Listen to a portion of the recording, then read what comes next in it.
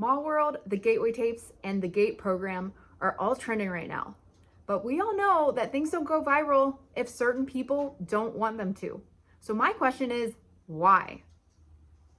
On the surface, these things don't seem all that bad or all that dangerous, right? The GATE program, for example, is just a program for gifted and talented kids. The Gateway Tapes are a tool to expand consciousness. Mall World is a place we all remember dreaming of. So what could be so wrong about them? Today, I'm going to paint a picture of things that we might need to look out for when binging this kind of content. So let's get into it. First of all, a lot of people probably discover GATE before they get into the Gateway Tapes or Mall World. I could totally be wrong on that, but this was my experience because the GATE program was a gifted and talented program, and a lot of people who were in that program only had their memories start coming back to them when they were reminded of the Gateway Tapes. That's how it was for me anyway. I saw a GATE video a few months ago, and then in the video the creator played the Gateway Tapes, and I had all these memories rushing back, and I had this feeling of dread. So I decided that, hey, maybe I should start listening to the Gateway Tapes and see if anything else comes up, because I wasn't sure if I had actually listened to them in childhood or not. But when I listened to them again as an adult, I definitely remember him telling us to put ourselves in the box. I only discovered Mall World recently because it's trending on TikTok right now. And now they're starting to rope GATE kids back in the conversation. Mall World, if you don't know what that is this phenomenon where people remember going to the same place in their dreams. Apparently, Mall World has an impending tsunami, highways that go nowhere, a warehouse, a really disgusting bathroom, an airport, parking garage, a mall, if I didn't already say that, and probably some other things that I'm forgetting. But those are the things that stick out to me the most. And I want to talk a little bit about those things in particular today, because when it comes to our dreams are very symbolic. Our dreams can also be an indicator of our vibrational or emotional state. So just using a little bit of discernment here, I would like to explore the very practical aspects of what we're seeing in Mall World. First of all, we're seeing a mall. And I can't think of anything more symbolic of a fractured sense of identity than a mall. So when I say fractured sense of identity, people might think I'm reading too much into that, but I'm going to get to a point in a second. So hear me out. But malls are all about consumerism. And why do people buy things? They buy things because they want to feel a certain way. For example, if I want to be looked at as a person who is successful, I'm going to buy myself a pair of Ray-Bans or a Rolex watch. If I want to be perceived as the cool hippie chick, I'm going to go shop at a cool hippie store. If I want to be perceived as an athlete or businessman, I'm going to go to the sports store, or I'm going to get a business suit. Now, I understand that some things we buy for our survival, food, for example, but most things that we buy, whether that is clothing, whether that is hair products to make ourselves feel better or look better for the opposite sex, even things like lotion, so we'll smell better or our skin will be softer. They often have an underlying motivation behind them. So to me, malls represent trying on different identities. And that is going to bring me back to the GATE program. I don't hear a lot of other creators, or I haven't heard actually anyone talk about this yet, but I found out recently that GATE kids have a disturbing amount in common with monarch slaves or victims of monarch programming. If you don't know what monarch programming was, I have a playlist for you on here. So I recommend starting at the beginning, but a quick definition for you is that monarch programming is an alleged offset of MK Ultra. MK Ultra was experiments that the government was doing on unsuspecting citizens, like putting LSD in their drinks and basically tracking human behavior and experimenting on people who sex workers and things like that, like people who were in jail or prison, people that we wouldn't miss. So they were doing experiments on consciousness in a lot of cases. And then they stopped because it was unethical. And then a lot of people think that they continued it with Monarch programming. So Monarch programming is also something that is talked about in a book I always reference. This book is called The Illuminati Formula Used to Create an Undetectable Mind Control Slave by Cisco Wheeler and Fritz Springmeier. It came out in the 90s and it is based on thousands and thousands of testimonies from victims and ex-programmers. So take that with a grain of salt because it's all alleged, right? Stuff that's coming from alleged programmers and alleged victims, okay? But all of the information shared in that book is about programming tactics, at least in the first part of the book. So they talk about substances that programmers use to alter our states of consciousness and that they use during programming. So pink drink anyone, or the fact that we're all kind of alcohol and MJ and substances are shoved in our faces. Rave parties, anyone? I mentioned rave parties a lot because that's something mentioned in programming is the flashing lights and sounds and subliminals. And think about what they show at raves. How come every rave I go to that has music and flashing lights on screen also has images of war and beautiful images, but also very devastating images, bombs, just something that's sticking out in my mind a lot when I think of imagery I've seen at raves, right? So it's like world events or apocalyptic type events, maybe it's world hunger, stuff like that. So if we are being programmed to look at that stuff, the point of programming is to put something in our subconscious so we use our creative abilities and potential to create it. Because now if we're going to get really esoteric and go back to like, why is there a spiritual war in the first place? Why would they be targeting people in the first place? It's because this is a spiritual war. So if Archons or Nephilim or demons and disembodied spirits are real, which they are, if you know, you know, okay, especially if you've listened to the Gateway tapes, you probably know.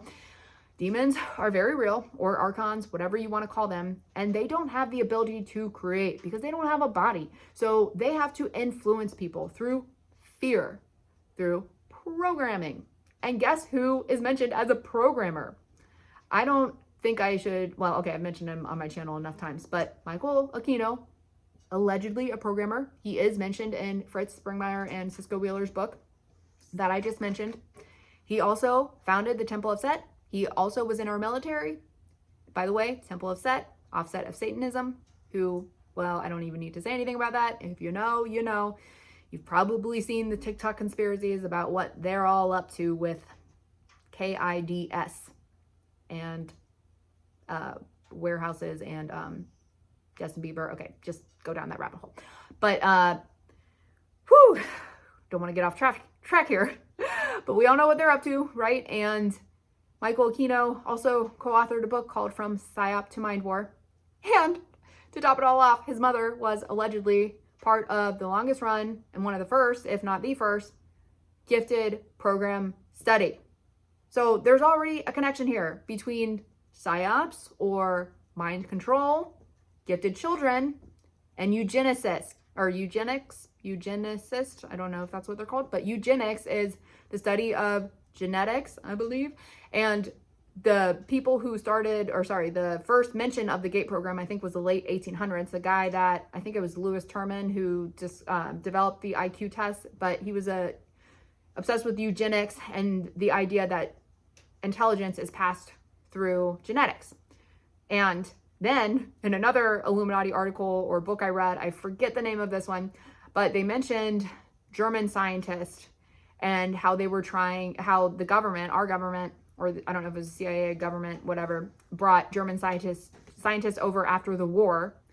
So what were the Germans up to during World War II? They were trying to create the ideal race, right? And then they all came to the US.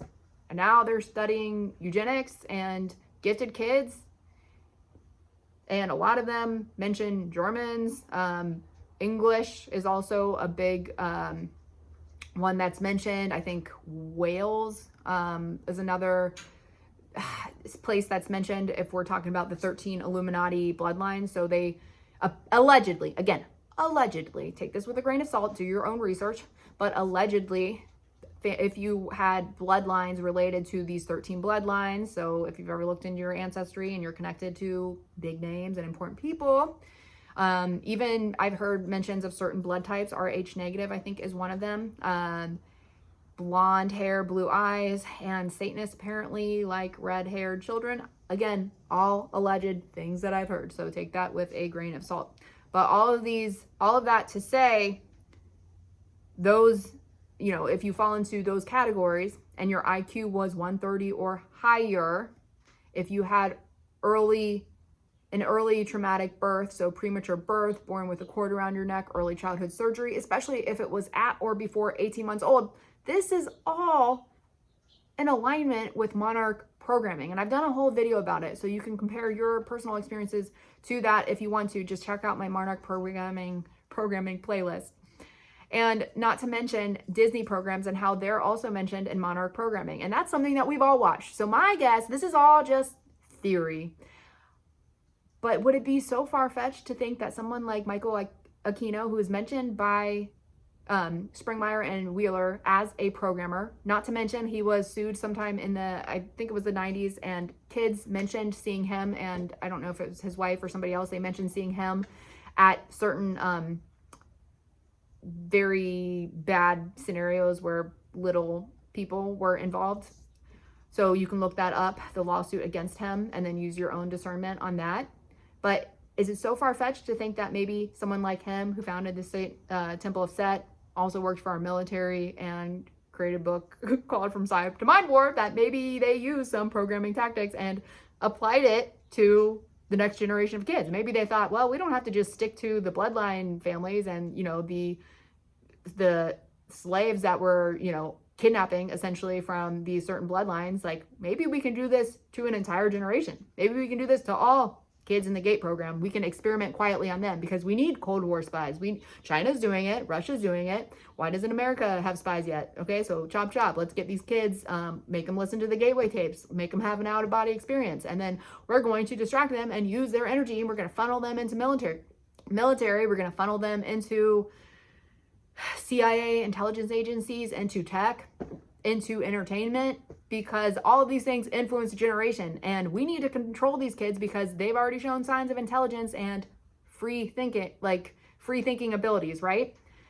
And a lot of people, if you've gone down the GATE rabbit hole, you've probably heard that there's two groups of GATE kids. The ones that got funneled into the organizations, like I said, so they're on the straight and narrow path. They've been groomed for certain fields. And then there's the group of GATE kids who ended up being neurodivergent, who ended up being having substance abuse issues. And basically, because they weren't able to be programmed, they were kind of called the black sheep, or, ooh, crazy chills, or society's rejects, right? If you couldn't be programmed, now you're done with you, because we can't use you for our agenda. So how do the Gateway tapes fit into all this? Well, the Gateway tapes were allegedly played. I don't know if they were played for all kids, and this is what the hearing tests were, because you had to be in the booth, remember, and you had to raise your hand if you heard the tones. So I believe, I could be wrong on this, so if I am wrong, please feel free to correct me. Were they playing the Gateway tapes and using HemiSync technology, and that's why you heard it in this ear, or you heard it in this ear, and maybe they were testing us out to say, okay, can I program you? Can you hear both of these? Okay, so does that have something to do with who they're deciding can be in the GATE program, gifted and talented program? Or were they doing this to see who could be hypnotized? Because how many kids have you found in a GATE video comment section who said, I failed the test on purpose. I failed the test on purpose. I knew something was off and I failed, and I didn't listen to them. They stopped bothering me after that. Okay. But if you were compliant, like I was, a nice little girl who wanted to please adults, that means I'm a pretty good victim or candidate for hypnosis, right? Because I listen. So again, just alleged, if you were somebody who in childhood could be controlled or a good candidate for hypnosis, which is essentially what the Gateway tapes did. They put you in a trance state. So you can be, when you're in a trance state, people can make suggestions for you, or they can tell you, like nap time, for example. I wanted to make a full video about this, but a lot of GATE kids or gifted and talented kids, and probably even kids who weren't in the program, remember nap time. And a lot of them remember doing cracking codes for a Morse code, or they remember things that have to do with ancient aliens or Sumerian type stuff, and which is ironically the alien tech they found at 1940 Roswell, New Mexico alien crash site. or people remember stuff with Egyptian and the pyramids. So when we were having nap time or going to the computer lab, which one of my GATE friends just mentioned that she found worksheets the other day that had the computer lab circled. I remember the computer lab. A lot of us remember Oregon Trail. I actually made a whole video on that, so check that one out on my playlist too. But a lot of us remember that. So when we were in the computer lab, is that when they played the gateway tapes, or was it just played for us during the hearing test, or was it played during nap time? Okay, so I've also done a video about why we don't remember. Typically why people don't remember is because you're in an altered state of consciousness. That's why sometimes when you get back to the original state of consciousness that you created the memory in, you can remember stuff. So when it comes to the GATE program and why people don't remember, the gist of it is that a lot of us don't remember because we have trauma. And these secret societies and these organizations that were recruiting the certain bloodlines and targeted individuals is because they had the ability to dissociate. Blair White just had Danny Sheehan on an episode recently. He's a Harvard UFO attorney, and he just admitted that Northrop Grumman had a GATE classroom where they were using kids to telepathically pilot UFOs, and they were giving the kids Ritalin because it put them in a fearful state, which made them pilot the crafts easier. That was a mouthful. I've got a lot of thoughts coming through right now, and I'm trying to get them all out because this is all seemingly connected to me. But anyways, my point is that we were in dissociated states, and that might be a main reason why we don't remember. Not so much the pink drink that people are wanting to blame it on, which gets me back to the point, the original point of this video. Are they using GATE as a distraction? Because if you look at most comment sections, it's like, oh, the pink drink, oh, the pink drink, oh, the hearing test. It's like repeat, repeat, repeat. Most people aren't saying, oh, GATE, monarch slaves, oh, GATE, blah, blah, blah.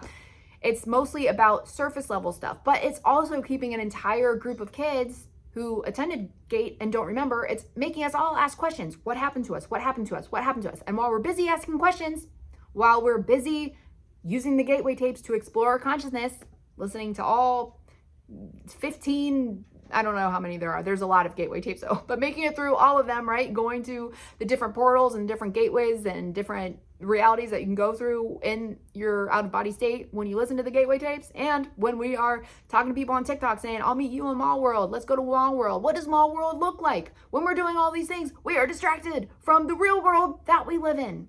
So why are these things trending, you ask me?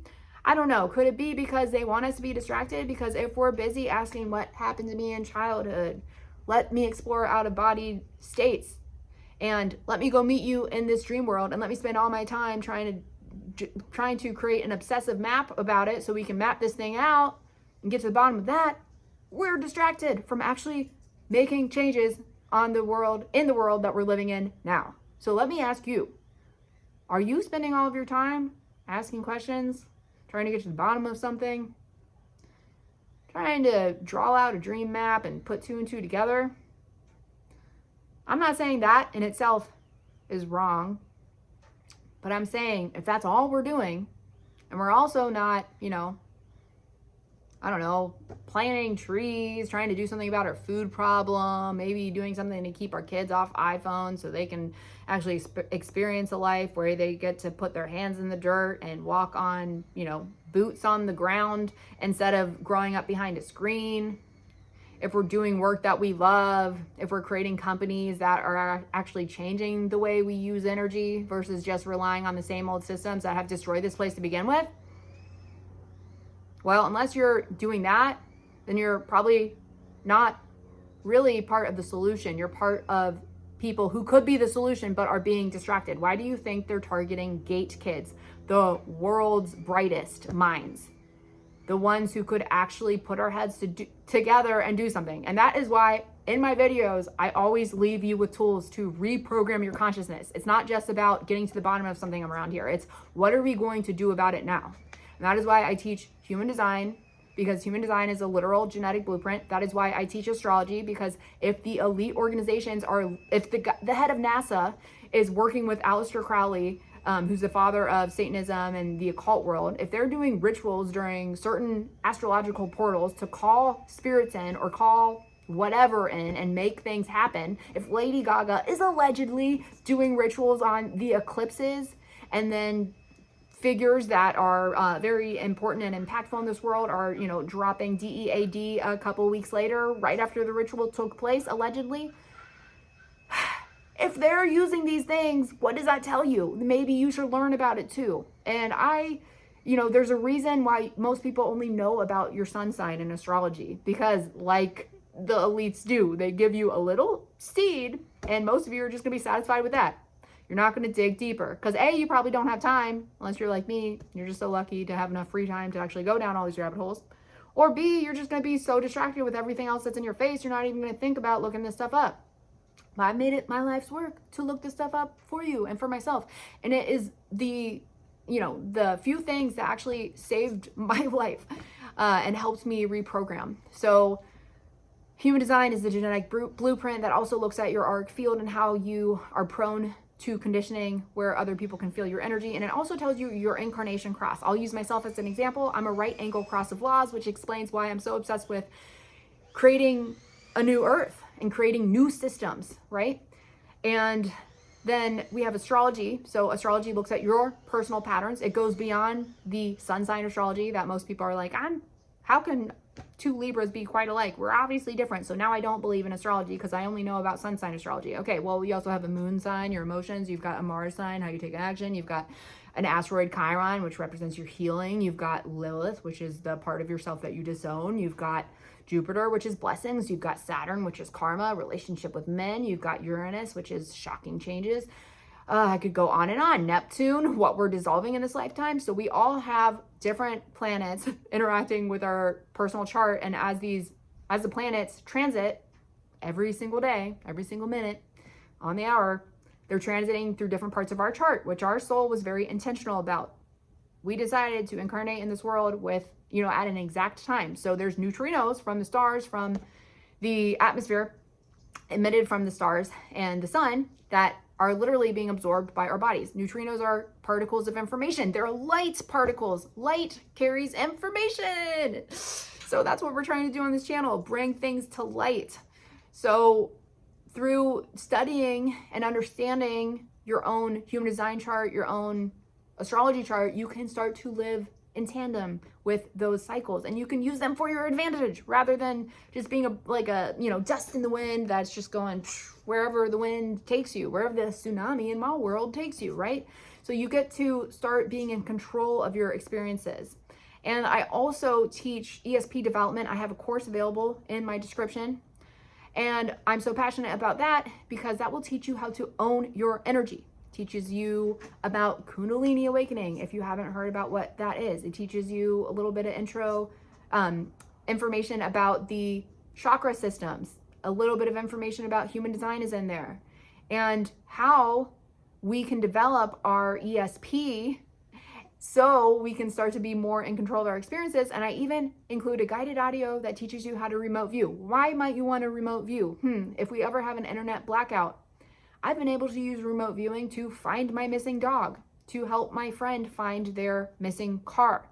There's even groups of psychics who help police officers find missing persons through remote viewing and discussing with other people and then bringing their clues that they receive while meditating or while doing remote viewing. They bring that all together. And then there's people that work for our actual government, psychic spies who do remote viewing. So remote viewing is a skill I believe everyone should have. And I believe that in, when the aliens come, I think there's other civilizations that can all remote view, and that's why you don't need things like cell phones, because you just kind of instantly think of somebody and then they appear and you know what they're doing, you can check on them. So that's kind of I believe the society that at some day we will have. Maybe that is 100 years in the future or more than that, I don't know, but I think if you can learn those skills now, anyone is capable of them. But there's so many things that we have to peel back the layers. So I even include a daily habits tracker for you in my ESP course, so you can start to look at your own habits and what's keeping your vibration low. Why, where are you being stuck in programming? And I'll just use myself as an example again.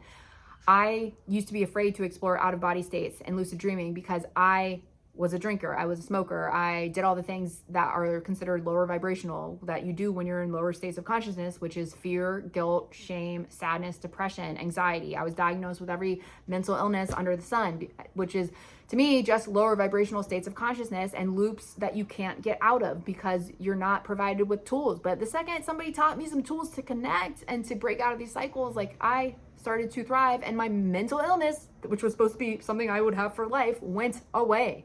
So this stuff can be overcome. But when we keep ourselves, when we call ourselves certain things, we keep ourselves stuck in these labels. And then if we, say things like, well, I need like the MJ because like it helps me sleep every night. And like, we don't even question. I mean, it's one thing if it's helping you, okay, you're living your best life, you don't have pain, you don't have anxiety, you got money, you're living your best life and your best dreams, you're an active member of society, not just sitting on the couch eating Cheetos, wishing you had motivation to do stuff.